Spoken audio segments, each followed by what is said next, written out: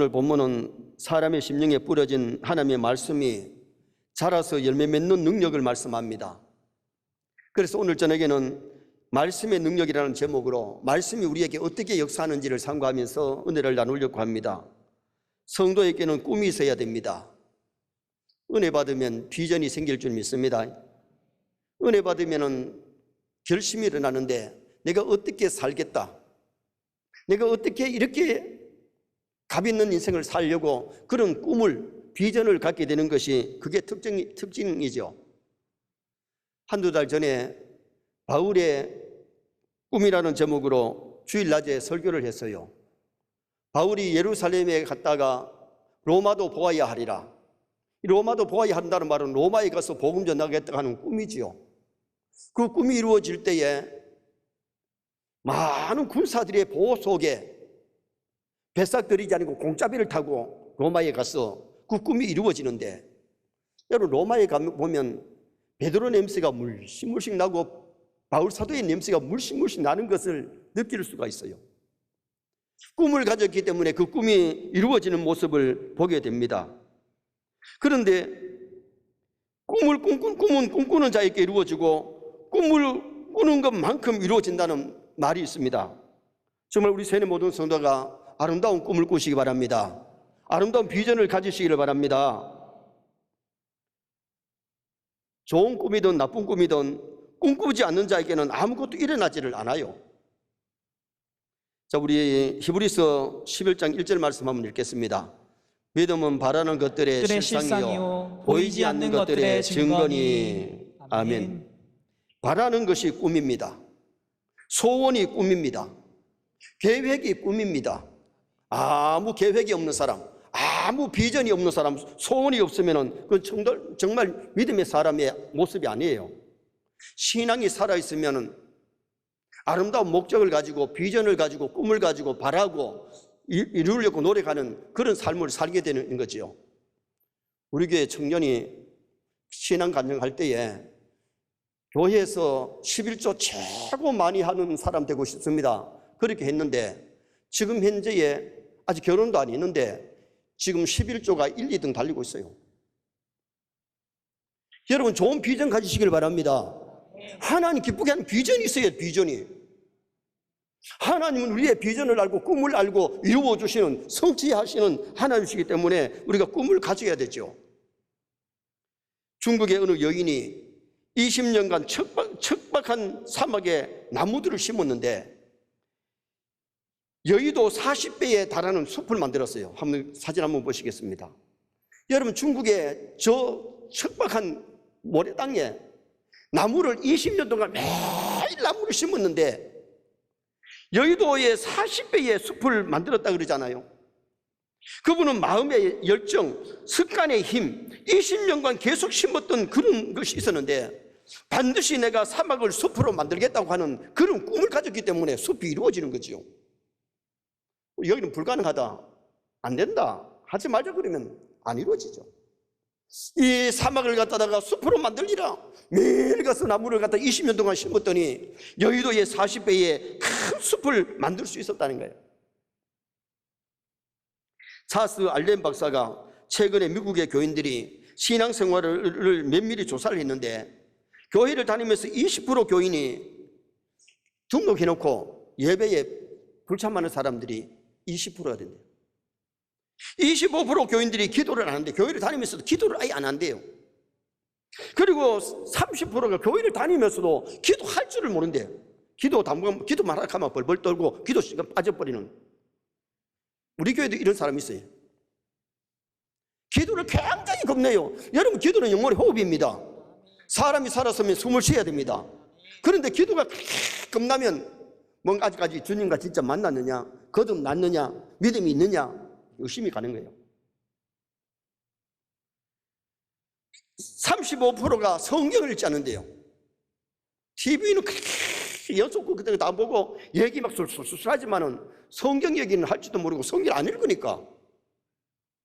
40% 교인이 헌금을 안 하고 교회를 왔다 다닌다는 겁니다. 60% 교인이 신앙 서적을 안 읽는데 성경도 읽어야 되지만 신앙 서적도 좀 읽어야 되는데 신앙 서적을 읽지 아니하고 70%는 교회 활동을 외면한대. 예배만 드리고 가지 교회 활동을 전혀 안 한다. 남전도회, 여전도회, 구역에 참석 같은 거 안 한다니. 75%가 교회에 책임감이 없대요. 교회에 아무 책임감 없이 교회를 왔다 갔다가 하는 거죠. 그리고 85%는 한 사람의 불신자도 교회를 전도 안 한 사람이 85%가 된다는 거예요. 그리고 100%는 다 천국에 들어가고 싶다는 것이 100%라는 겁니다. 여러분, 우리는 좋은 비전을 가져야 됩니다. 좋은 꿈을 가져야 됩니다. 그런데 하나님의 말씀에 들어가면 비전만 주는 것이 아니라 우리의 삶을 변화시키는 그런 은혜 역사가 일어나게 되는 거죠. 나는 금년 한 해 공예배에 결석하지 아니하라는 그런 아름다운 꿈을 가졌으면 수예배 안 빠지죠. 어떻게 교회에 중직들이 공예배를 빠집니까? 세례교인들이 어떻게 공예배를 빠집니까? 공예배는 세례교인의 첫째 의무입니다. 따라합시다. 공예배는 세례교인의 첫째 의무이다. 믿습니까? 네. 여러분, 첫째 의무를 상실하면, 의무를 제대로 안 하면 권리가 그 사람에게 주어지느냐 이거예요.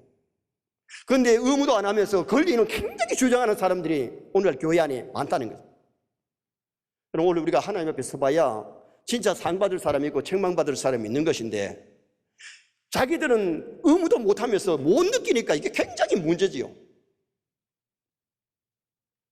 하나님 앞에 의무를 못할 때는 부끄러운 줄 알아야 되는데 부끄러운 줄도 모르고 그게 당연한 줄 알고 그래도 신앙생활 잘하는 줄 알고 착각하니까 이게 문제입니다.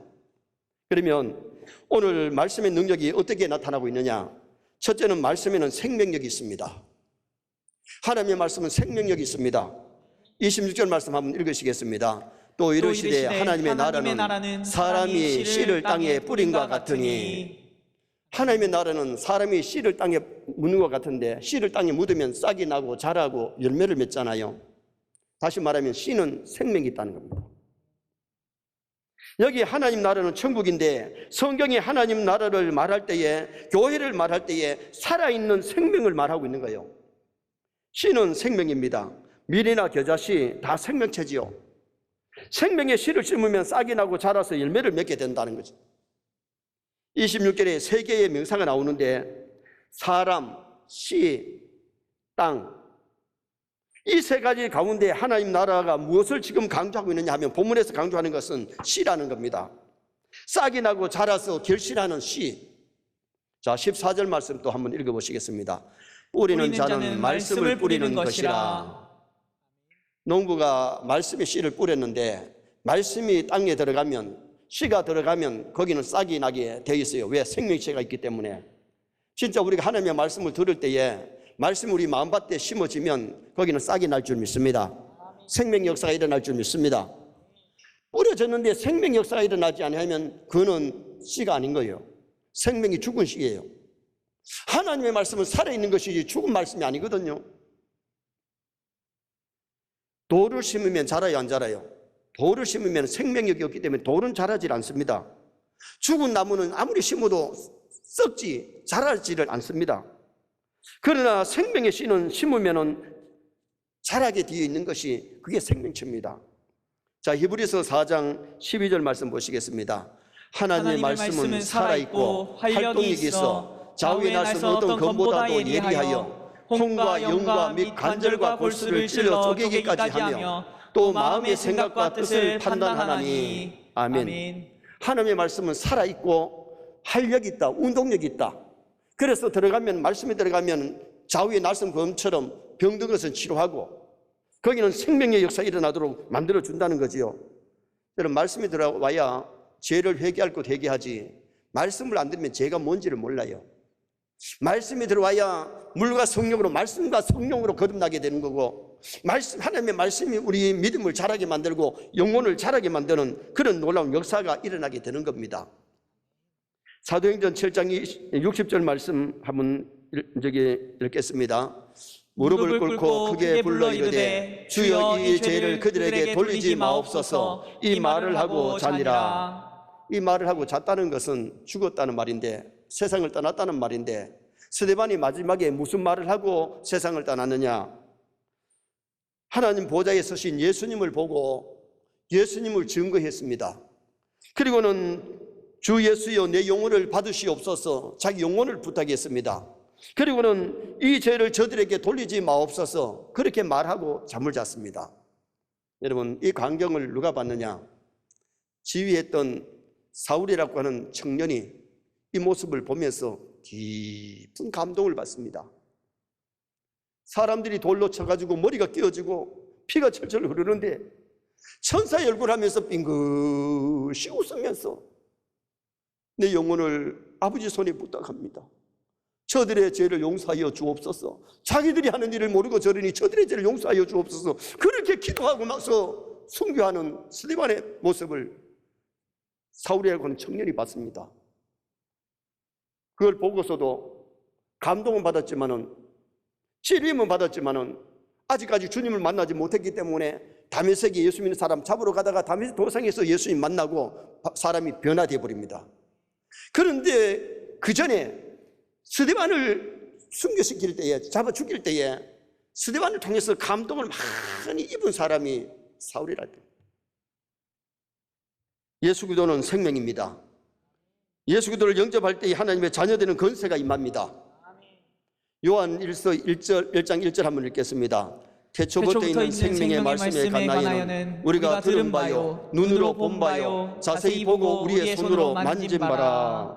아멘. 세 가지 생명을 말했는데 영원한 생명, 태초부터 있는 생명을 말씀했고 나타난 생명, 눈으로 보았다고 말씀합니다.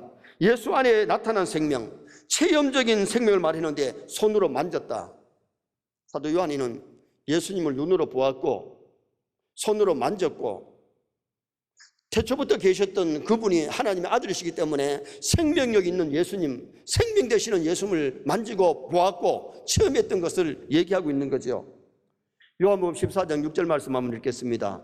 예수께서 이르시되 내가 곧 길이요 진리요 생명이니 나로 말미암지 않고는 아버지께로 올 자가 없느니라. 아멘. 예수님은 천국 가는 길입니다.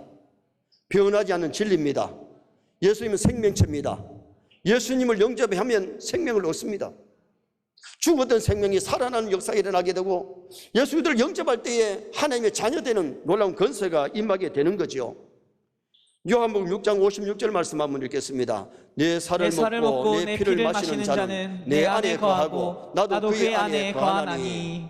예수님이 생명이기 때문에 여기 예수님의 살을 먹는다는 것이 뭐예요? 성찬의 떡과 잔을 받으면서 주의 죽으심을 기념하는 그 사람에게는 예수 그리스도의 생명의 운동이 그 사람에게서 일어날 것을 말씀해 주고 있는 거지요.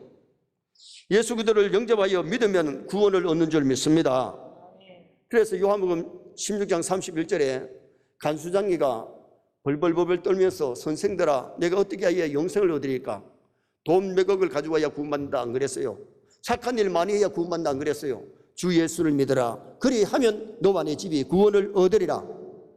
예수 그리스도를 영접하여 믿을 때에 하나님의 자녀가 되고 예수 그리스도를 믿을 때에 지옥 백성이 천국 백성 되는 놀라운 역사가 일어나게 되는 거예요. 그래서 여러분 우리가 신앙생활 할 때에 말씀을 먹어야 생명을 얻습니다. 육신이 밥을 먹어야 살듯이 우리 영혼은 생명의 말씀을 먹어야 영생을 얻게 되고 구원을 얻게 되는 역사가 일어납니다. 두 번째로 말씀의 능력은 말씀에는 성장력이 있습니다. 생명력만 있는 것이 아니라 성장의 역사. 자, 27절 말씀 또 한번 읽으시겠습니다. 그가 밤낮 자고 깨는 중에 씨가 나서 자라되 어떻게 그리 되는지를 알지 못하느니라. 따라합시다. 씨가 나서 자라되. 밤낮 자고 깨는 중에 씨가 나서 자란다. 사람이 씨를 땅에 뿌립니다. 그 위에 하루 종일 밤새도록 그곳에 있는 것 아닙니다. 지켜보고 있는 게 아닙니다.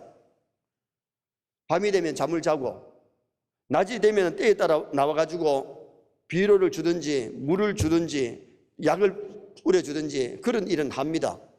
그런데 자고 깨는 중에 싹이 나서 자라게 되는 거예요. 생명력 있는 씨를 심었을 때는 곡식이 자라게 되고 열매를 맺게 되는 그런 사건이 일어나게 되는 거지요. 씨를 뿌린 사람이 씨를 나게 하고 자라게 하는 것이 아니라는 겁니다.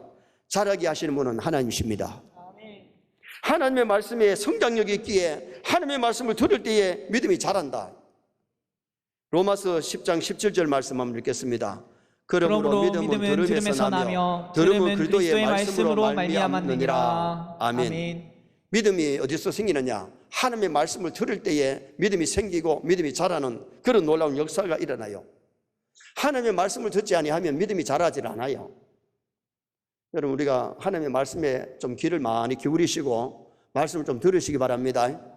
그래서 우리가 말씀 읽고 들어야 될 이유는 우리의 믿음이 아름답게 건강하게 자라나려면 하나님의 말씀을 먹어야 들어야 되는 거예요. 자, 28절 말씀 또한 같이 읽겠습니다. 땅이 스스로 열매를 맺되 처음에는 싹이요 다음에는 이삭이요 그 다음에는 이삭의 충실한 곡식이라. 땅이 스스로 열매를 맺되 아무리 좋은 씨앗도 땅에 떨어지지 아니하면, 썩지 아니하면 열매를 안 맺어요. 씨가 땅에 떨어져서 거기에 썩을 때에 싹이 나는 그런 놀라운 역사가 일어나고 자라나는 역사가 일어나는데, 고린도전서에서는 뭐라고 말씀하는 거니? 바울이 복음의 씨를 뿌렸고 아볼로는 물을 줬는데 오직 자라게 하시는 이는 하나님이시다. 사람들이, 믿음 약한 사람들 위해서 기도도 해주고 또 좀 말씀도 가르쳐주고 교회로 이끌어오기도 하고 그렇게 하지만은, 그러나 믿음이 자라게 하는 것은 누가 하시느냐? 하나님이 하십니다. 사람이 도우면 좀 도움이 되지만은 그 믿음이 자라게 만드는 것, 견고하게 만드는 것은 하나님이 하십니다. 제가 우리 후배 목사님들에게 그런 얘기를 합니다. 우리가 목회를 하지만은 영혼이 구원받는 것이나 교회의 부흥은 하나님이 하시는 거다. 어떻게 보면 내가 하는 것 같지만은 우리는 심부름하고 씨 뿌리는 것밖에 뿐이에요. 물 주는 것밖에 뿐이에요. 자라게 만들고 열매 맺게 하시는 분은 하나님이세요. 정말 그 영혼이 전도할 때에 목사들이 말씀 전할 때 다 그 말씀 듣고 순종하고 말씀대로 살아서 믿음이 자라기를 바라지만은, 어떤 사람 말씀 듣고 믿음이 쑥쑥 자라는 사람이 있는가 하면 어떤 사람은 한 귀로 듣고 한 귀로 잊어버렸기 때문에 믿음이 안 자라는 사람은 있다는 거예요. 28절에 열매 맺는 가정을 싹이 나고 이삭이요 충실한 곡식. 여기서 예수님이 강조하는 것은 성장력. 씨가 좋은 땅에 뿌려지면 반드시 계속 자라게 되고 거기에는 충실한 곡식, 열매를 얻게 된다는 거예요. 농부가 씨를 뿌리는 것은 열매를 바라고 씨를 뿌리는 것 아니겠어요? 자, 빌립보서 1장 6절 말씀 한번 읽겠습니다. 너희 안에 착한 일을 시작하신 이가 그도 예수의 날까지 이루실 줄을 우리가 확신하노라. 아멘. 그도 예수님이 재림하시는 날까지, 그리스도의 날까지 우리의 믿음은 자라야 되고, 하나님 앞에 가는 그날까지 우리의 믿음은 자라다 가야 될 줄 믿습니다. 사람이 육신은요 20몇 살이 되면 30 전에 자라다가 성장판이 멈춰지고 그 다음에는 나이가 많이 먹을수록 키도 줍니다. 그러나 우리 영혼은 성장판이 멈추지 않고 계속 자라다가 그 나라 가게 되는데, 정말 우리의 믿음이 아름답게 건강하게 잘 자라서 하나님 앞에 가면 믿음이 성장해야 믿음이 하나님을 기쁘게 하지, 믿음 없이 하나님 기쁘게 못해요. 목사라고 다 하나님 기쁘게 하는 게 아니고, 장로님이라고 하나님 다 기쁘게 하는 게 아니고, 안수해도 권사님이라고 다 하나님 기쁘게 하는 게 아니에요. 오늘 수요일에 또 뭔가 자기 나름대로는 뭔가 일이 있어요. 직장에 갔든지 아니면 TV 연속극 보고 있든지 나름대로의 뭔가 다른 데 빠져있기 때문에 하나님을 기쁘게 하는 예배 시간에 하나님의 말씀을 들으면 믿음이 건강히 성장하는데도 우리가 빠지고 그렇잖아요. 어떤 집사님이 가정과 사업의 어려움 때문에 걱정이 많았습니다. 그래서 꿈을 꾸면 자꾸 안 좋은 꿈을 꾸는데, 어느 날 꿈을 꾸는데 자기가 초등학교를 때 모습으로 가다가 그 마을에 깡패 같은 청년을 만났는데, 만나가지고 말하는 거예요. 얌마 돈 내놓으라는 겁니다.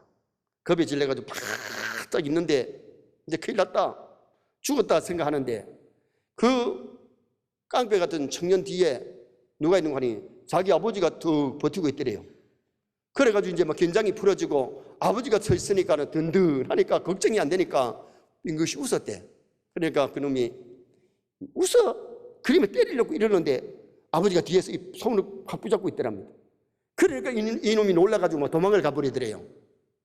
그러다 꿈을 깼는데 아하, 내가 사업에 대해서 너무 염려하고 세상살이 너무 걱정했는데 우리는 사람만 보고 앞에 있는 것만 보지 말고 배후에 역사하시는 하나님을 바라보면 되겠구나. 그때부터는 열심히 기도하고 열심히 힘을 내가지고 사업을 했더니 사업도 잘 되고 가정도 우강하게 되는 그런 역사가 일어나게 되더라는 겁니다. 여러분, 우리가 세상에 코로나 때문에 염려하지 말고 배후에 계시는 하나님 바라보시기 바랍니다. 무슨 일을 만나래도 전능하신 하나님, 내 생사복을 주장하시는 그 하나님 바라보면 좌절이 없어요. 말씀에는 생명력이 있고 그 다음에 성장력이 있습니다. 마지막 세 번째는 말씀에는 결심력이 있습니다. 열매 맺는 역사가 일어나는데 29절 말씀 또 한번 읽으시겠습니다. 열매가 익으면 곧 낫을 대나니 이는 추수때가 이르렀습니다. 말씀에는 생명력이 있고 성장력이 있고 결심력.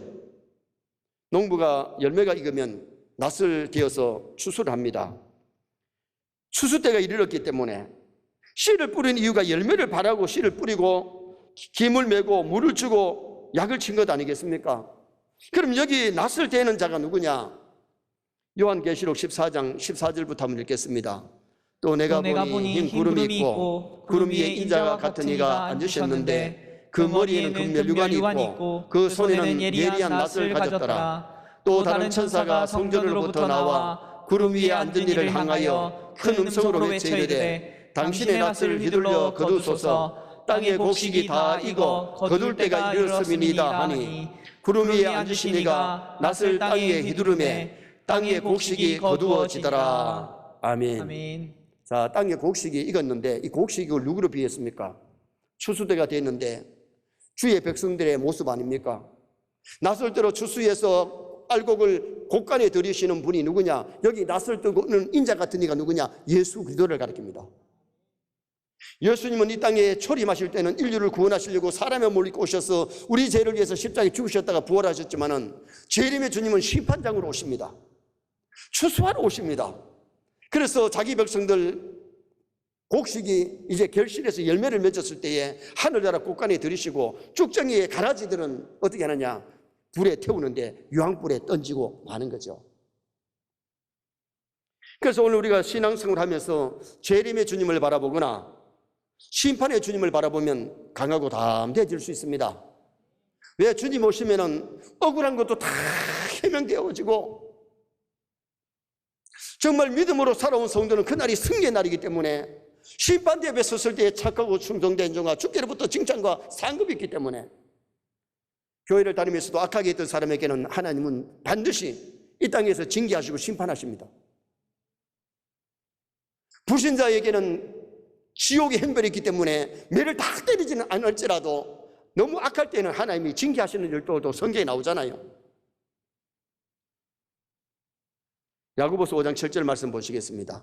그러므로 형제들아 주께서 강림하시기까지 길이 참으라. 보라, 농부가 땅에서 나는 귀한 열매를 바라고 길이 참아 이른 비와 늦은 비를 기다리나니. 여러분, 농부가 열매를 바라고 얼마나 땀을 흘리면서 수고 많이 했습니까? 가을에 곡식을 거둬들 때에 그 수고가 피곤이 다 풀리면서 즐겁게 열매를 거두게 될 겁니다. 여러분, 우리가 이 세상 살면서 주님을 따라갈 때 억울한 일을 뚫고 괴로운 일도 힘든 일을 핍박을 당한 일이 있었지만은 주님이 추수하실 때에 하늘나라 들어가서 하늘나라의 영광을 누리고 하늘의 상을 받는 그날을 바라보면 우리가 인내할 수 있게 되는 겁니다. 우리 주님은 주의 종들을 통해서 말씀의 씨를 뿌리고 믿음이 자라기를 바라시고 열매 맺기를 바라시는 거예요.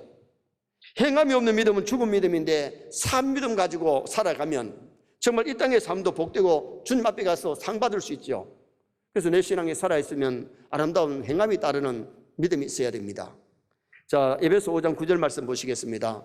빛의 열매는 모든 착함과 의로움과 진실함에 있느니라. 여러분, 우리가 신앙생활을 잘한다는 것은 열매를 맺는데 빛의 열매, 착함과 의로움과 진실의 열매를 맺어야 돼요. 결론을 짓습니다. 말씀의 능력을 상고했는데 말씀에는 생명력이 있어요. 여러분, 정말 말씀을 받아들일 때에 거듭나기도 하고 죽은 영이 살아나는 그런 생명력의 역사가 일어납니다. 그 다음에는 성장력인데 말씀에 들어가면 믿음이 건강하게 성장될 줄 믿습니다. 하나님의 말씀을 먹어야 건강하게 성장해요. 북한 아이들이 남쪽 아이보다 평균적으로 5cm가 적어요. 왜 그러냐? 북한의 아이들은 못 먹었기 때문이고 남쪽의 아이들은 잘 먹었기 때문에 키가 훨씬 더 큰 겁니다. 우리가 말씀을 잘 먹으면 믿음이 아름답게 성장하는 거예요. 또 삶이 아름다워지는 거지요. 그리고는 주님의 말씀에는 결심력이 있는데 열매를 맺게 하는데 정말 우리가 신앙의 아름다운 열매를 많이 맺어서 하나님을 기쁘게 해드리는 나와 여러분 되시기를 주님의 이름으로 축원합니다.